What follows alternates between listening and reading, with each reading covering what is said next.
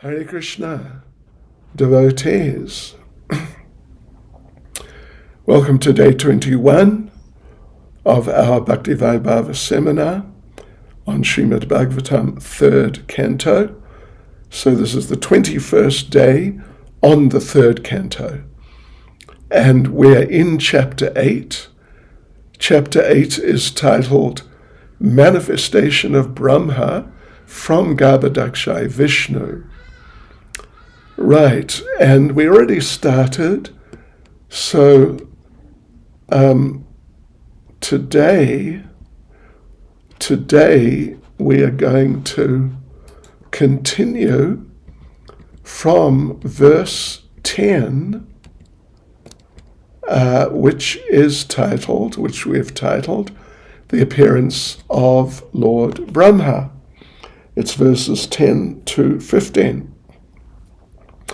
Okay, let's begin with our prayers. Nama Om Vishnu Padaya Krishna Prestaya Bhutale Shrimati Bhakti Vedanta Swaminiti Namane Namaste Saraswati Deve Gauravani Pracharane Nirvishesha Shunyavadi Pastyachade Chatarane Sri Krishna Chaitanya Prabhu Nityananda Sri Advaita Gadadha Shivas Adi Gaura Bhakta Vrinda Hare Krishna, Krishna Krishna, Hare Hare, Hare Rama, Rama Rama, Hare Hare. Vanchakalpatarubhyascha, Kripa Sindhubhya eva cha, Patitanam Pavanebhyo Vaishnavebhyo Namo Namaha. Srila Prabhupada Ki Jai. So, okay, devotees. This subject matter of the appearance of Lord Brahma, him finding himself in the universe alone and praying for mercy, doing austerity, the Lord speaking the first verses of the Bhagavatam to him, and then him taking up the program of creation. This has already been discussed in the 2nd canto. And here we are, it's being discussed again. And of course, as we're going through, we find a certain amount of new information. And anyway, it's Srimad Bhagavatam, so we're going through it. But just one point is, in this chapter, there's a number of verses which have no purports. And there's a number of verses which have short purports. And there's hardly a verse which has, what I would call a more substantial purport. So therefore, we're moving through it fairly quickly. So anyway, this section, verse 10 to verse 15, the appearance of Lord Brahma. Yesterday we went through the actual verses themselves, as we usually do. Today we'll go through again, reading the verses, and where there are purports, we go through the purports also. Right. So, verse 10, at that time when the 3 worlds were submerged in water, Garbhodakshai Vishnu was alone, lying on his bedstead, the great snake Ananta.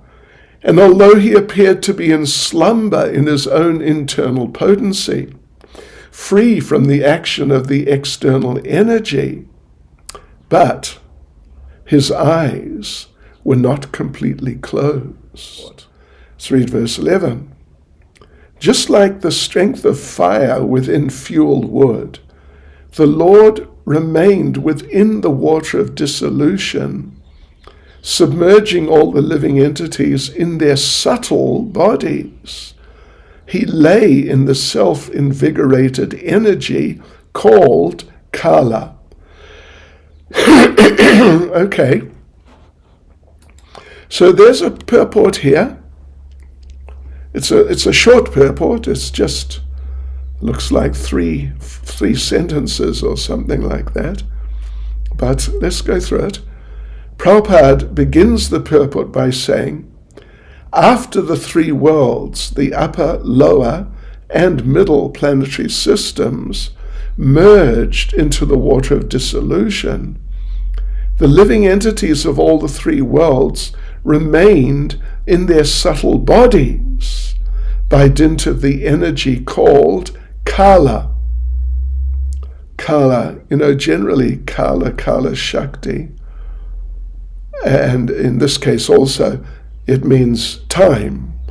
In fact, in the word for word, if you look in the word for this verse 11, you'll see at the beginning of the second line, there's the word Kalatmi come, and in the actual word for word, it's translated as the form of time.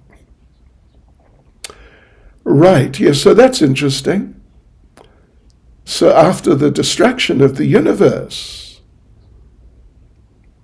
and all the planetary systems, upper, middle, lower, they're all submerged and merged into the water of dissolution.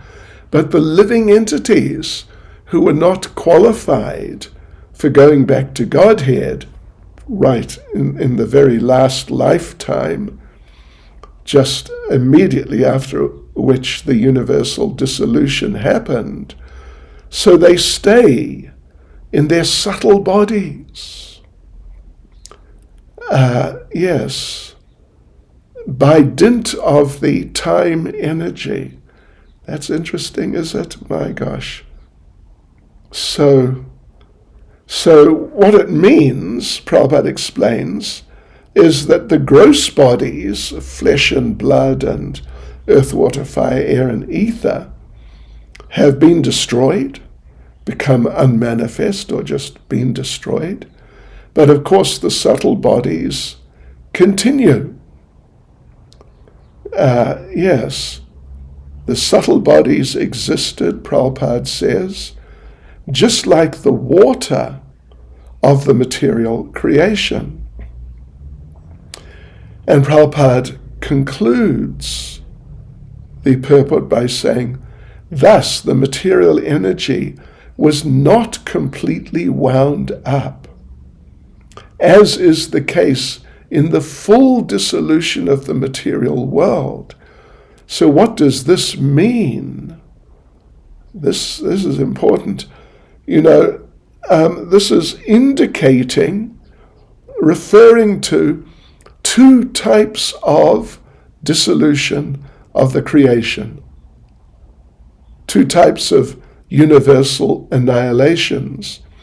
One is at the end of Lord Brahma's day. At the end of every single day of Lord Brahma, there's a partial dissolution, partial devastation of the universe, of every universe. And in that partial dissolution, the planetary systems up to a certain point, from the lowest, Patala, up to, at least including the middle section, that's where we are, but not reaching to the higher planets, like particularly Brahmaloka or Satyaloka, where Lord Brahma lives. But the lower and middle, basically, are destroyed, and then at least some of the highest planets, including Brahmaloka, the place of Lord Brahma, but some of them remain. So it's not a complete devastation. But at the end of the life of Lord Brahma, there's total annihilation, complete annihilation, and everything is destroyed. The universes themselves are destroyed. What to speak of the planetary systems within them? So therefore, Srila Prabhupada said here, in the last sentence of this verse 11 of chapter 8, that thus the material energy was not completely wound up, as is the case in the full dissolution of the material world. So anyway, that's interesting as far as it goes. And on we go to verse 12, and there's a purport here, not a big purport at all, but it's a purport. So, okay, here's verse 11. The Lord lay down for 4,000 yuga cycles in his internal potency, and by his external energy, he appeared to be sleeping within the water. When the living entities were coming out for further development of their fruitive activities, actuated by the energy called Kala Shakti, he saw his transcendental body as bluish. The Lord himself saw his body as bluish. Right, so, so Srila Prabhupada says that in the Vishnu Purana, the Kala Shakti is mentioned as avidya. Avidya means ignorance. The symptom of the influence of the Kala Shakti is that one has to work in the material world for fruitive results. Yes, so, you see from time to time, Prabhupada quotes from Vishnu Purana. There's a small number, but a number of verses in Vishnu Purana which are very important verses, and Prabhupada quotes them quite often. Prasya Shaktir Vividaiva Shruyate. The verse which begins with that's a very important, famous verse, and Prabhupada quotes it quite often, actually. So anyway, this Vishnu Purana here, we don't study it like Srimad Bhagavatam at all, but a bit, to some degree. There's some importance there. It's one of the 6 Puranas in the mode of goodness. There are 18 Puranas, 6 in goodness, 6 in passion, 6 in ignorance. So Vishnu Purana, along with Padma Purana and a couple of others, and along with Srimad Bhagavatam, they are the Puranas in the mode of goodness. And of all of them, Srimad Bhagavatam is really far more important. An interesting little side point, in the Sri Sampradaya from Lakshmi Devi, the main Acharya there is Ramanujacharya. They accept Vishnu Purana as the main Shastra of the Vedic literatures, actually. And Ramanujacharya did a translation and commentary on Vishnu Purana, but not on Srimad Bhagavatam. All right, okay, so that point is there. So interesting point and very important point. Next, that the fruitive workers, those who are just working to maintain like that, they're described in Bhagavad Gita as mudhas, or foolish. And Prabhupada says, such foolish living entities are very enthusiastic to work for some temporary benefit within perpetual bondage. Sure, what a statement. Now that's a really powerful statement. They're fools, mudhas. So they're enthusiastic to work for some just some material thing to eat, to sleep, to have some sort of dwelling or living place like that. It's all temporary because the body will die usually fairly soon. So the fools are enthusiastic to work for temporary benefit within the context of perpetual bondage. Perpetual bondage basically indicates you don't know when it's going to end. It may not end. It may not end. It could just go on and on and on indefinitely. So, Prabhupada continues that such a mudha, such a fool, thinks himself very clever if by the time of death is coming around, he's able to leave behind him great wealth for his children. Yeah, in his will or whatever, handing over of property just before he dies. He thinks he's really done well if he's left good inheritances for his children. And in order to achieve that, he takes great risk of doing sinful activity. Because generally, in order to accumulate great wealth, you got to do all sorts of nonsense. Break laws and do criminal activity and cheat people. Oh, Krishna. So, but he doesn't know that'll keep him in bondage.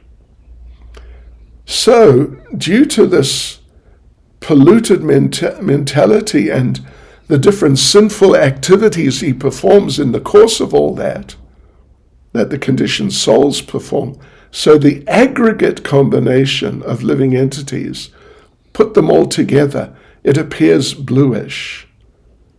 And that's, sure, but that's considered to be, the verse says, the body of the Supreme Personality of Godhead. Okay, Prabhupada concludes the purport by saying, such an impetus of activity for fruit of result is made possible by the dictation of the external energy of the Lord, Kala, or in other words, the time factor. Verse 13, the subtle subject matter of creation on which the Lord's attention was fixed was agitated by the material mode of passion, and thus the subtle form of creation pierced through his abdomen. So there's no purport here to verse 11. Let's go on to verse 14. Piercing through the sum total form of the fruit of activity of the living entities, so that the sum total form of their fruit of activities took the shape of the bud of a lotus flower, generated from the personality of Vishnu. And by his supreme will, it illuminated everything like the sun and dried up the vast waters of devastation. Okay. So this is all the process leading up to the appearance of Lord Brahma, which is then going to go on into the whole matter of him appearing in the lotus flower and not knowing what to do, and then hearing the instruction from the Lord, like subtle instruction, following that, and then the Lord coming and speaking the 4 seed verses. So, okay, verse 15. Into that universal lotus flower, Lord Vishnu personally entered as the Supersoul, and when it was thus impregnated with all the modes of material nature, the personality of Vedic wisdom, whom we call the self-born, was generated. Yes, wow, look at that. So we do have a purport here. Not a big purport, but anyway, it's a purport. So let's have a look. So Srila Prabhupada begins the purport by saying, this lotus flower is the universal Virat form, or the gigantic form of the Lord in the material world. So what does that mean? It means that the lotus flower is the universal form of the Lord in its sort of fundamental or preliminary form. It's not really manifest, with all the details, of course, because, the planetary systems have not entered, the living entities haven't entered, Lord Brahma has not appeared to start putting it all together. So, first of all, it appears as a lotus flower. Yeah. And at the time of dissolution, Prabhupada says, it becomes amalgamated in the Lord in his abdomen. And then we read, what did we read? It said, the Lord, after the dissolution, the Lord means Supreme Personality of Godhead, lay down for 1,000 cycles of 4 yugas. So he lay down, but now he's sort of becoming active again. So, at the time of the previous dissolution, the universal form merged into his abdomen. And then when the creation starts again, it comes out from his abdomen, first of all in the form of a lotus flower. Yeah, and this is due to Garbhodakshay Vishnu, who's now entering into the universe. So in that form, the universal form is the sum total of all the fruitive activities of the living entities who are conditioned by material nature. So let's carry on. The first of them is Brahma, controller of the universe. He's generated from the universe. And, of course, unlike us, he has no material father.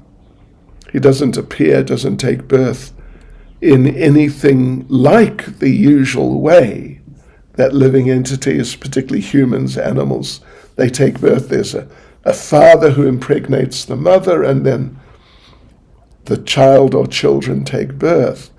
So in his case, he has no father, so sometimes he's called self-born or Swayambhu. Swayam indicates himself, just himself.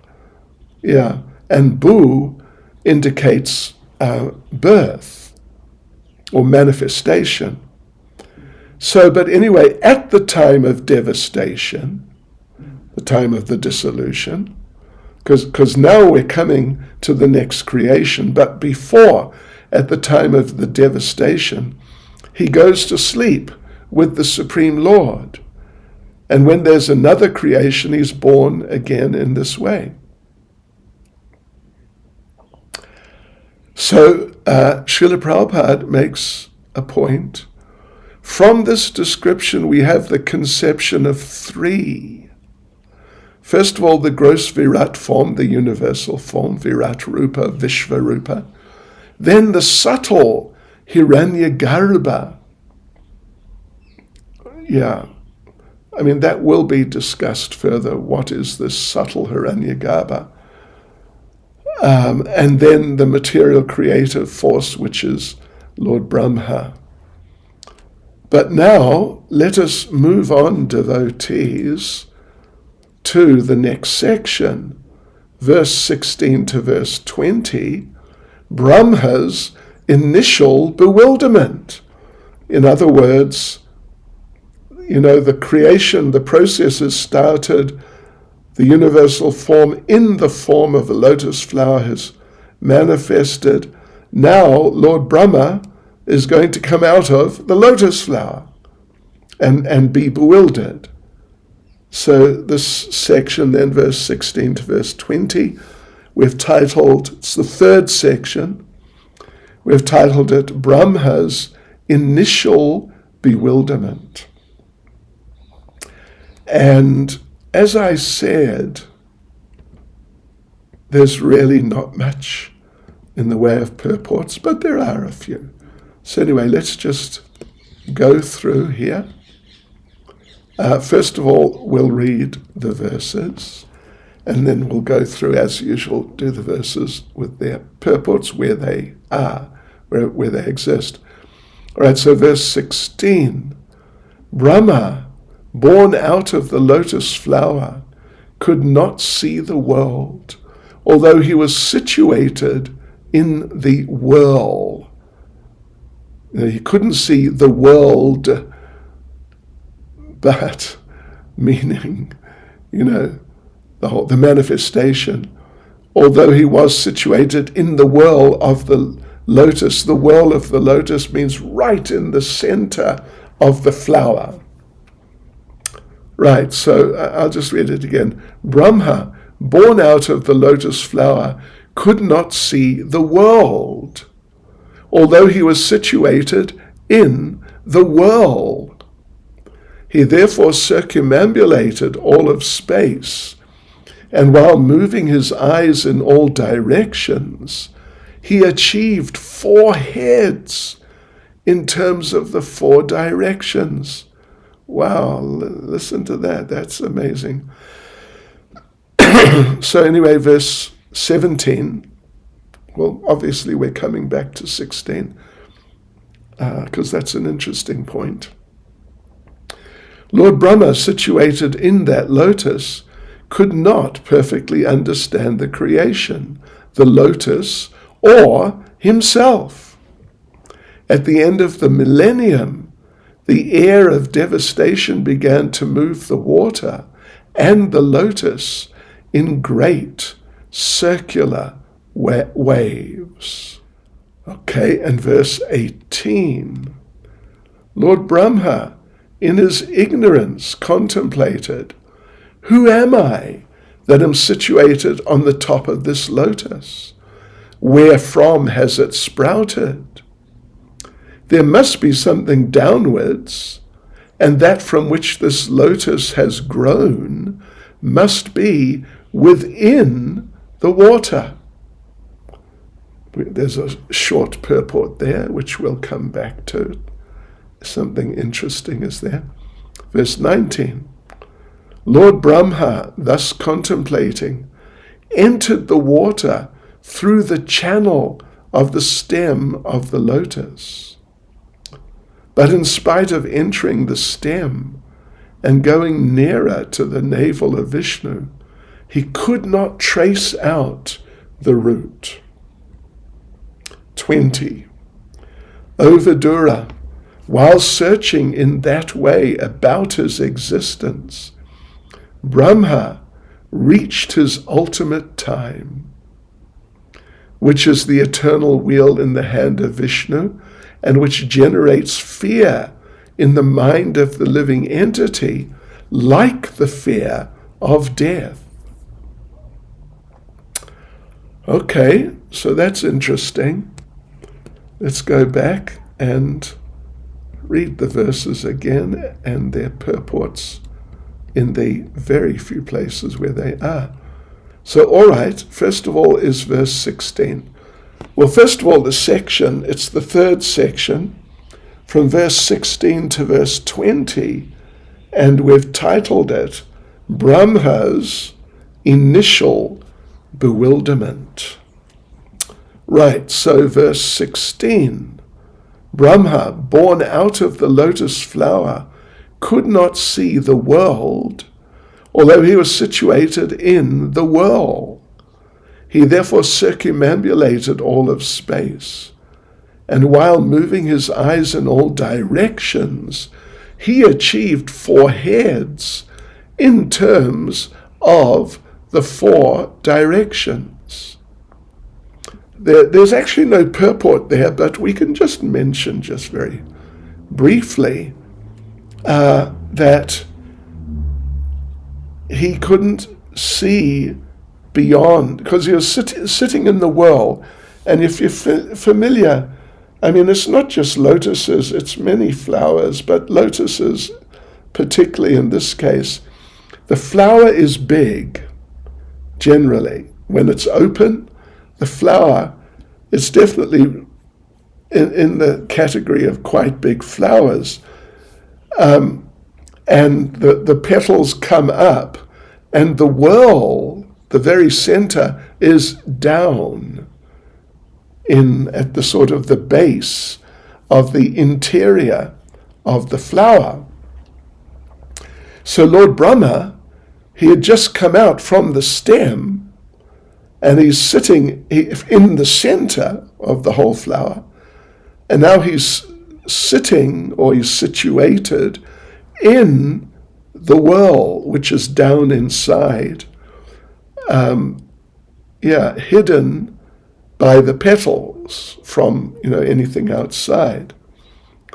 So he couldn't see what was already there of the creation, which was not much, but he couldn't see the world, and there's no planets, there's no living entities, there's nothing of that sort, because he hasn't created them yet. So he couldn't see. Basically, he couldn't see above the petals of the particular lotus, of that lotus flower. So therefore he circumambulated space, and while moving his eyes in all directions, he's looking around to try to see, what is this? Where am I? And what maybe should I do? So being such a great, powerful, and mystical living being, or person rather, he's a living being, but specifically he's a person, he suddenly developed 4 heads. He was not born with 4 heads. So verse 17, Lord Brahma, situated in that lotus, could not perfectly understand the creation, the lotus, or himself. At the end of the millennium, the air of devastation began to move the water and the lotus in great circular waves. So in other words, could be a bit frightening. So, okay, there's a purport here, short purport, really quite a short purport, but let's go through it. So first of all, Prabhupada begins the purport by saying, Lord Brahma was perplexed about his creation, the lotus and the world, even though he tried to understand them for 1 millennium, which is beyond calculation in the solar years of human beings. So he's really perplexed. And I'm sure we would be, it's probably not happened to many of us at all, but sometimes it happens to someone that they lose consciousness somehow or other, and then when their consciousness is revived, they come back to consciousness, they find themselves, for example, in a hospital, And in some cases, they cannot remember the situation in which they lost consciousness. They can't remember where they were, what happened, for them to suddenly lose consciousness.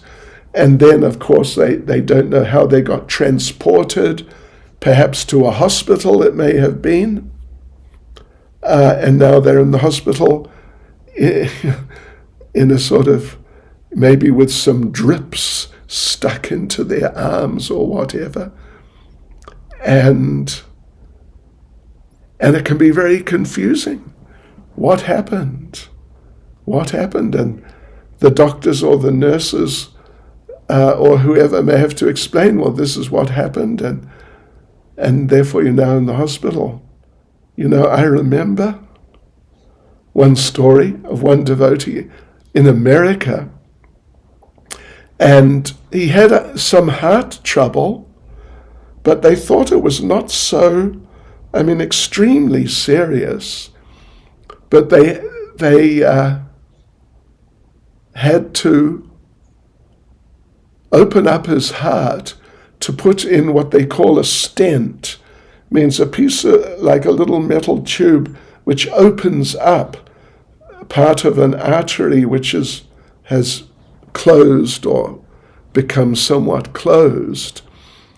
And, as far as I know, that operation doesn't take a very long period of time. It may take like 6 hours or something. I'm not really sure. But what happened in this case, when they opened up his chest and saw his heart and examined the functioning of the heart, then they could see he needed surgery done, not just some little metal pipe, but real surgery done on a number of his arteries. And so they operated, and what happens in those cases? It's a big operation, and they keep the person sedated, like unconscious, for a few days. So the devotee woke up expecting it to be, like just the afternoon of the same day. But he woke up to find out it was like 3-4 days later. He lost 3 or 4 days of his life, just gone. And a bit shocking. So like that, it can happen like that. So Brahma couldn't understand. And it must have been a very confusing situation. As Prabhupada says, he was perplexed about his creation. Where did he come from? The lotus, what is this lotus? And the world, what is this universe that I'm in? And then he tried to understand them for a millennium, long time, for one kalpa. But he couldn't. He couldn't understand. This shows, Prabhupada says, no one therefore can know the mystery of the creation and the cosmic manifestation simply by mental speculation. Human beings, we're so limited in our capacities. In all terms, but in this case, in our capacity to understand things, that without the help of the Lord, we can hardly understand, Prabhupada says, the mystery of the will of the Lord regarding creation, continuance, and distraction. So in fact, we find out that with the majority of living majority of humans, they don't understand the will of the Lord regarding creation. Why is this world here? Why are we in this world? And the whole process of creation, maintenance, then distraction. What's it all about? They can't understand. And usually, at best, they somehow get the idea that this world, it's here somehow. We don't know how, but it's here, and we're in it, and it's full of all sorts of things. And therefore because we apparently are the predominant living entities in this, on this planet at least, or they probably feel within this universe, so we can do with it what we like. We can enjoy it. There's so many enjoyable looking things. Let's get into it.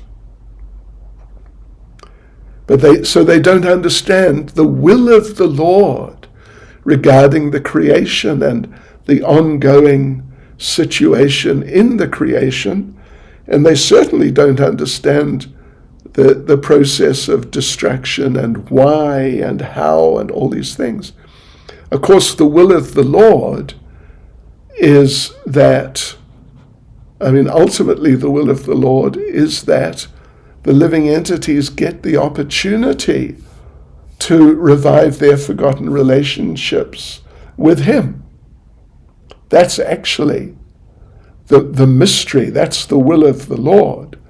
The will of the Lord is not just, look, here, take this place and enjoy it, just go for it. That's not the will of the Lord. He doesn't stop us from trying to do it, but he makes sure we have to take the karma.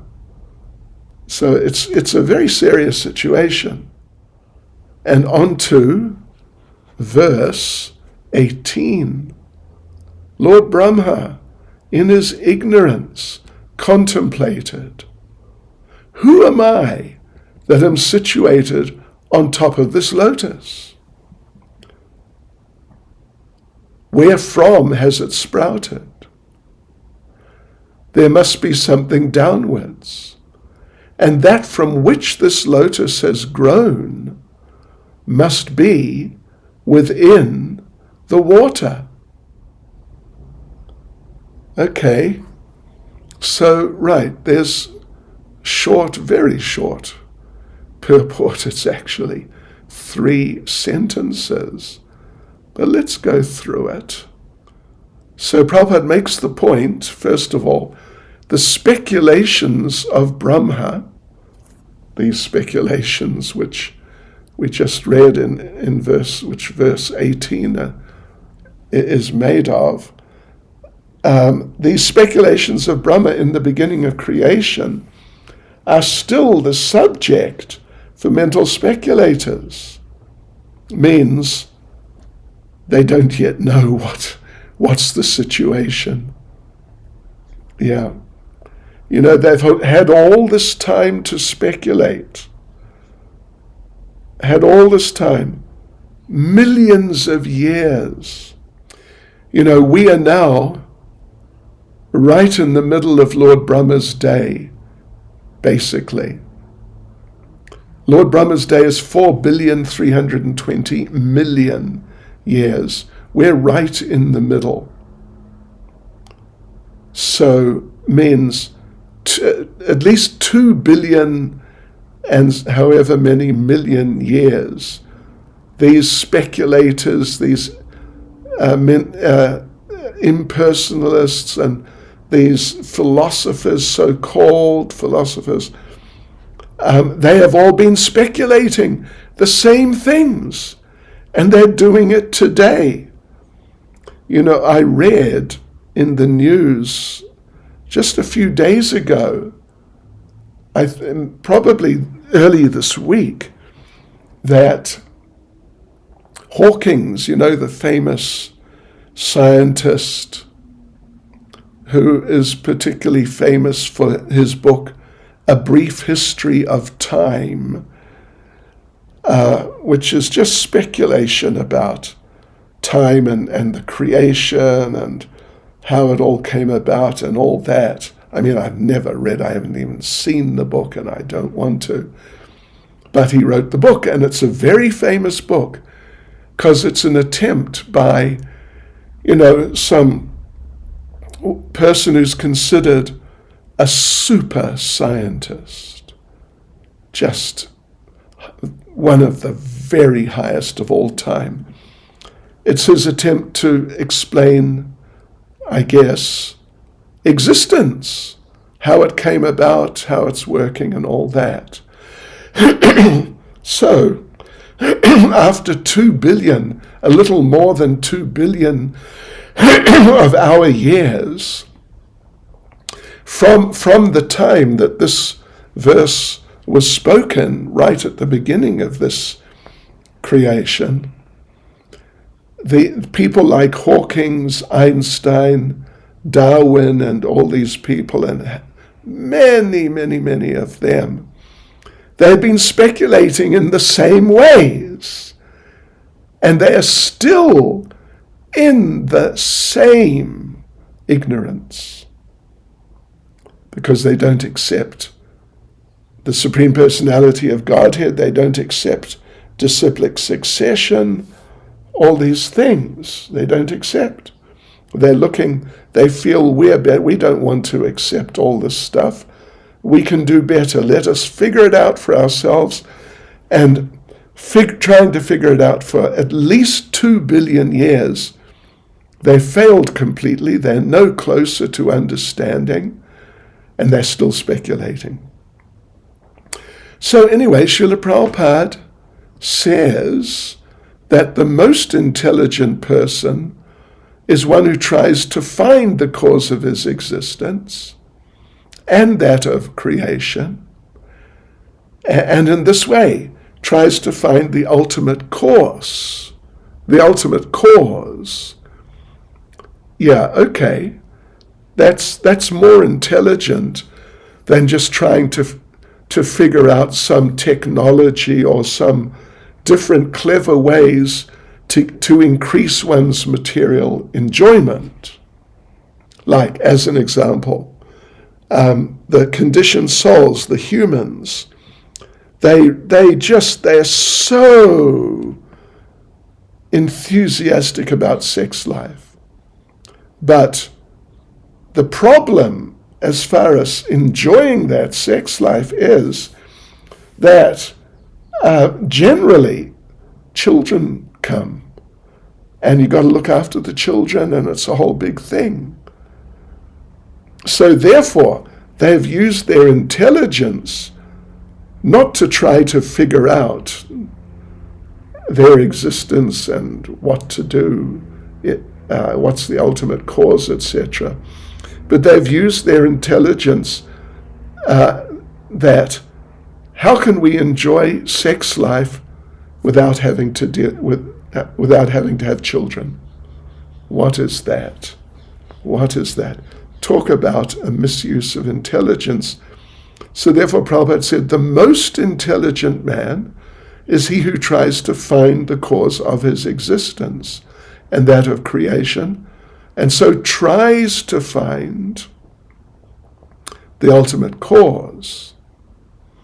And Prabhupada goes on, concludes the purport by saying, if his attempt is properly executed with penances and perseverance, it is sure to be crowned with success. I mean, that's Prabhupada, that is Srila Prabhupada. It's a way of saying that if a person really, in the proper ways, according to Shastra, performs devotional service, which is a penance. Devotional service means you're not trying to get pleasure for yourself at all. You're just trying to please the Lord. That's a penance. Because otherwise the people, their basic idea is right. We must enjoy.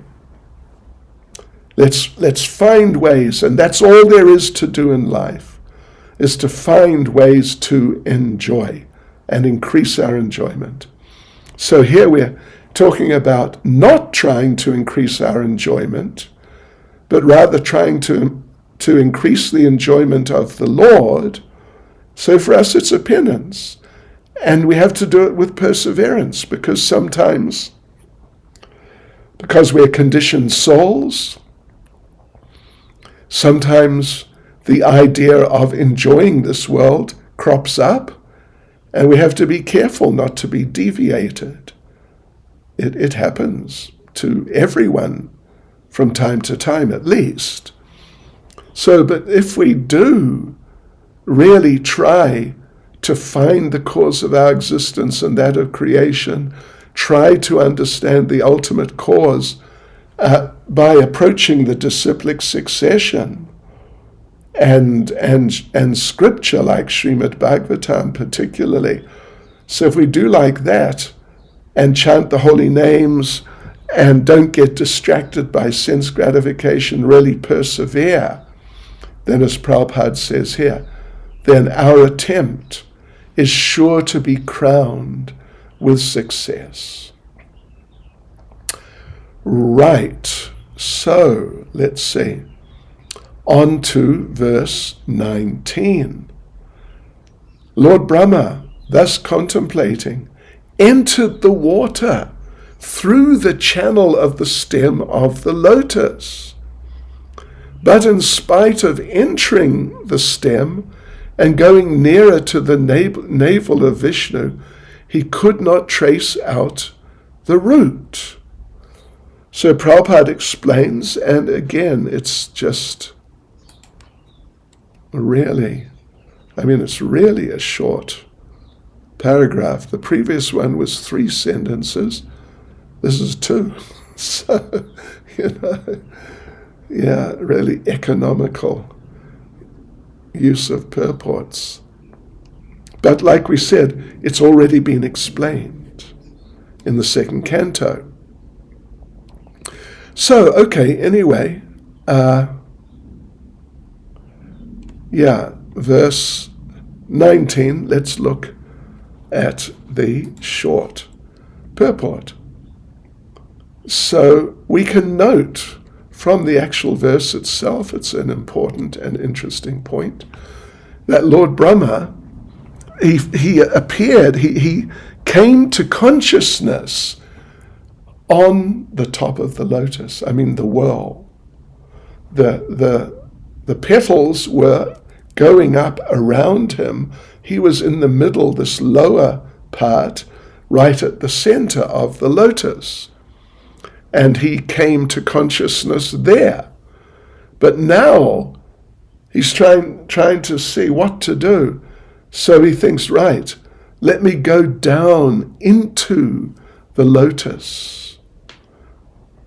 So he entered through the channel of the stem of the lotus. In other words, now he's going down the stem.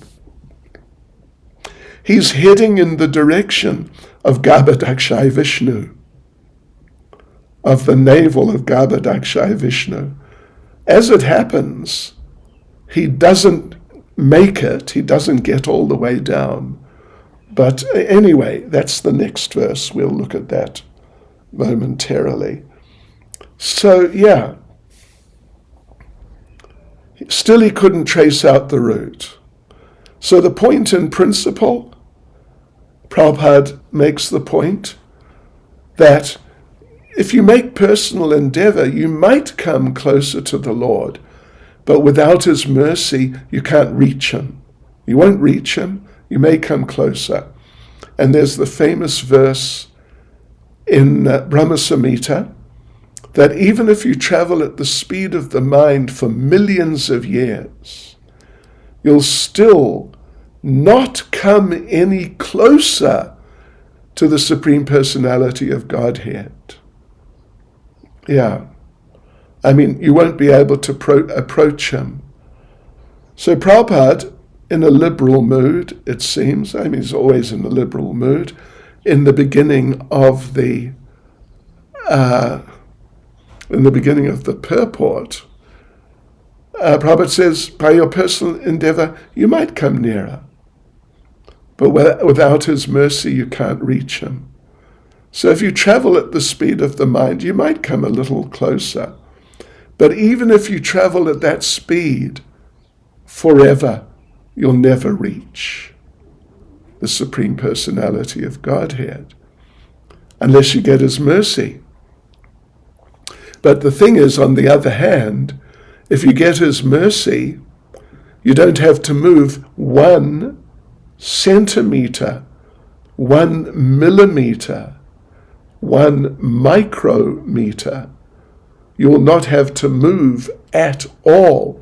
But where you are, you'll be able to approach him and reach him and develop a personal relationship with him and see him and interact with him like this. So the point there is that to get his mercy, in order to get his mercy, what do? You have to perform devotional service. As Bhagavad Gita, chapter 18, verse 55, says, and this is another verse from Bhagavad Gita, which Srila Prabhupada quotes quite regularly on a number of occasions.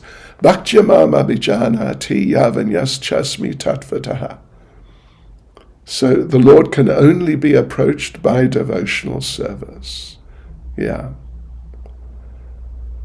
Right, okay, and the last verse of this section, verse 20, O Vidura, while searching in that way about his existence, Brahma reached his ultimate time, which is the eternal wheel in the hand of Vishnu, and which generates fear in the mind of the living entity, like the fear of death. So anyway, okay, devotees, there's no purport to verse 20. The next section is from verse 21 to verse 33. Brahma meditates and realizes the Lord. Verse 21 to verse 33. So we'll go through that tomorrow. Hare Krishna. Srila Prabhupada Ki Jai.